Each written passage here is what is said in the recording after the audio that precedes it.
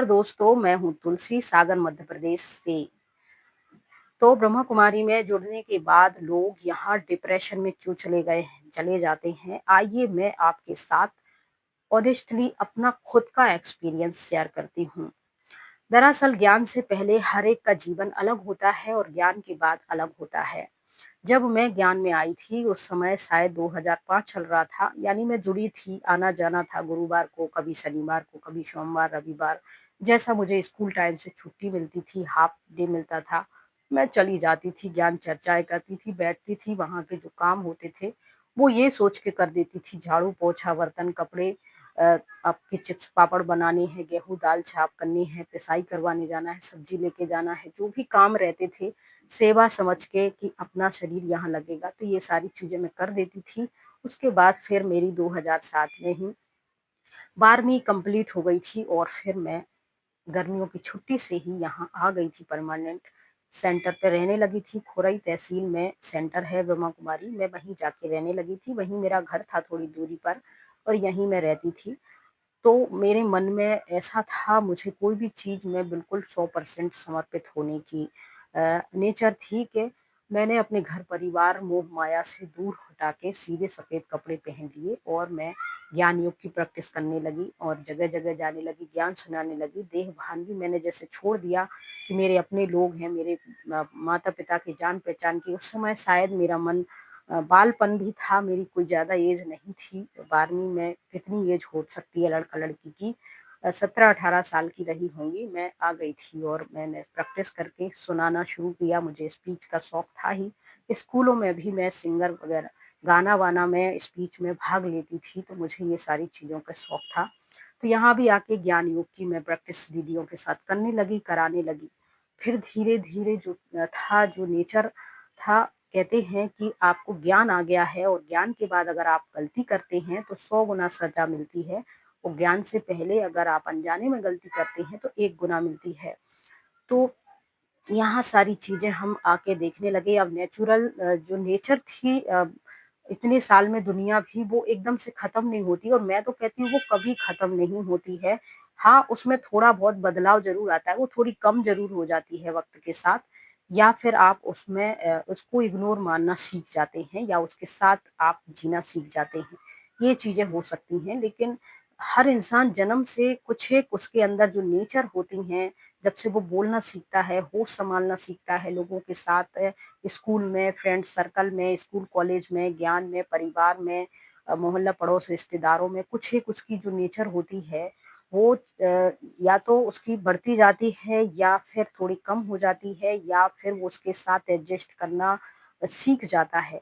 लेकिन वो जो नेचुरल नेचर उनकी होती हैं, जैसे गुस्सा करना, ज़ोर से बोल देना, रिएक्ट करना, ये चीज़ें होती हैं, सोचना, मन ही मन में कोई बात को फ़ील करना, सबसे बड़ी बातें होती हैं फ़ील करना। इंसान अगर चीज़ों को बोलना, अगर आपके अंदर मुँह फट माना किसी की भी बात का तुरंत जवाब दे देना, चाहे उसको अच्छा लगे, चाहे बुरा लगे, इसको कहते हैं मुँह फट। आप मुँहफट हैं और अगर आपने एकदम से चुप्पी साध ली है, इसका मतलब ये नहीं कि आप सुधर गए हो, कि आपने जवाब देना बंद कर दिया है, कि आपके अंदर भारी ज्ञान आ गया है, नहीं। आपने एडजस्ट किया है, उन चीज़ों को दबा लिया है कहीं न कहीं आपने कहीं न कहीं उसको, लेकिन फ़ील जो होता है ना, वो हमेशा होता है। अच्छी फीलिंग, बुरी फीलिंग, डिप्रेस, यही चीज़ें हमारे अंदर जो मन में दब जाती हैं चीज़ें, हम रिएक्ट नहीं करते। ये सोच के कि अब हम भगवान के बच्चे हो गए हैं, अब हम ऐसा करेंगे, यहाँ खड़े होके खाएँगे, यहाँ खड़े होके पानी पिएँगे, इनका करेंगे, कोई देख लेगा, कोई क्या कहेगा, ये जो फ़ील होती है अंदर की, ये सारी चीज़ें ही आपको एक डिप्रेशन टाइप का फ़ील कराती, एक दबाव, एक बोझ टाइप का फ़ील कराती हैं। तो हम भी थे, तो हमने भी जवाब देना बंद कर दिया था, तो लोगों को लगा कि अब ये ज़्यादा बोलती नहीं है, शांत रहती हैं, हम मुस्कुरा देते थे और इस तरीके से।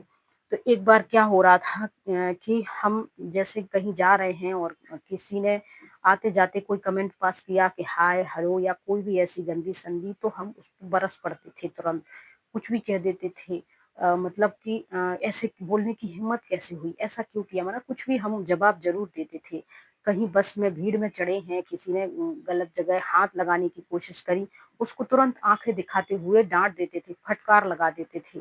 और फिर जब ज्ञान आया तो नहीं, ये चीज़ें गलत हैं, हमें तो देवी बनना है, शांत रहना है, सहन करना है, बस ये सहन करना है, सहन शक्ति को बढ़ाना है। तो गलत चीज़ों को भी जब आप सहन करना, शांत रहना, इग्नोर मारना करते हो, लेकिन कहीं न कहीं वो चीज़ें आपको फ़ील ज़रूर होती हैं। सेम यही मेरे साथ होने लगा था।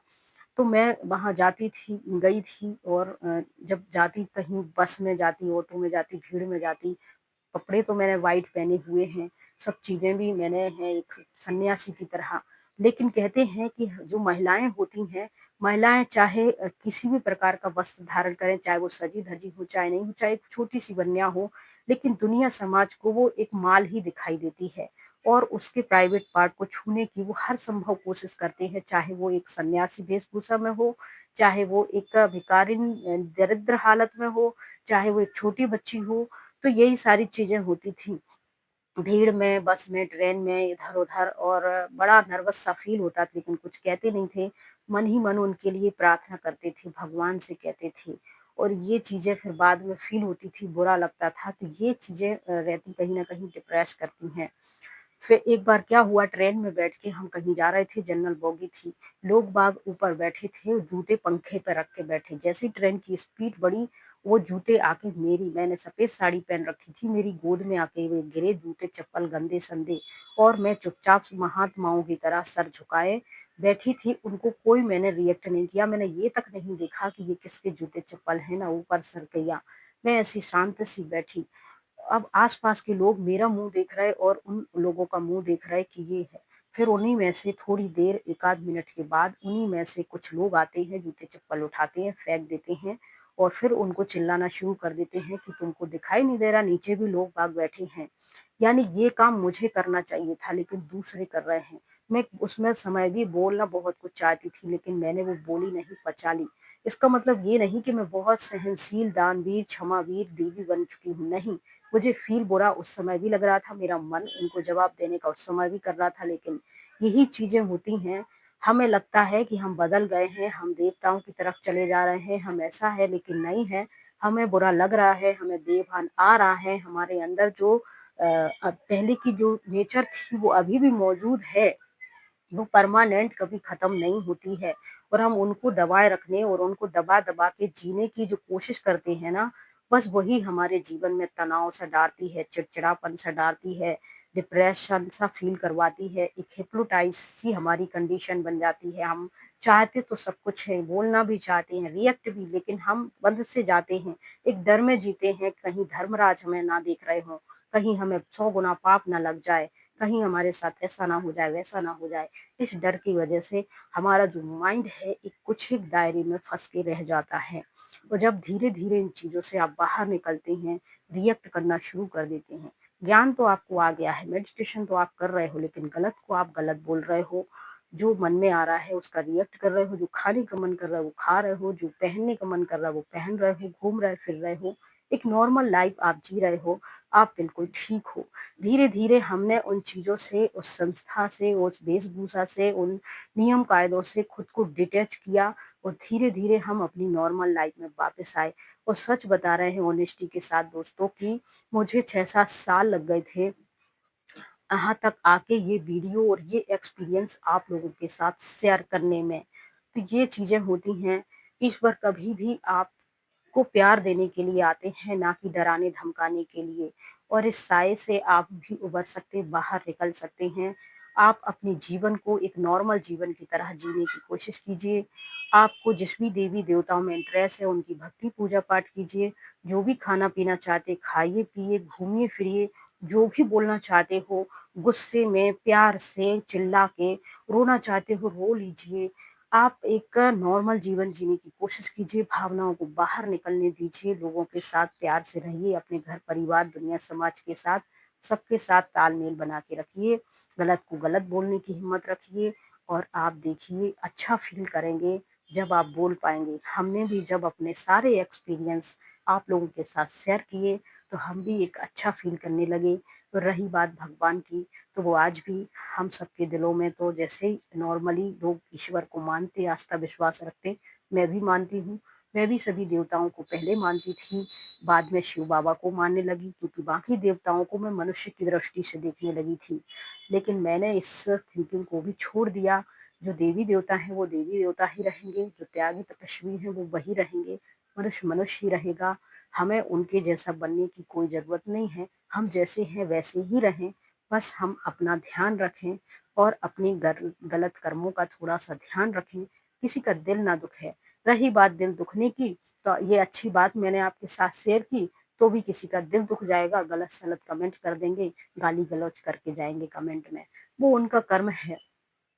लेकिन हमें जो करना है वो हम करें, उनको जो करना है वो करें। इसी तरीके से सब नॉर्मल अपना आसान सा जीवन जीने की कोशिश करें। खुश रहें। जय हिंद, जय भारत।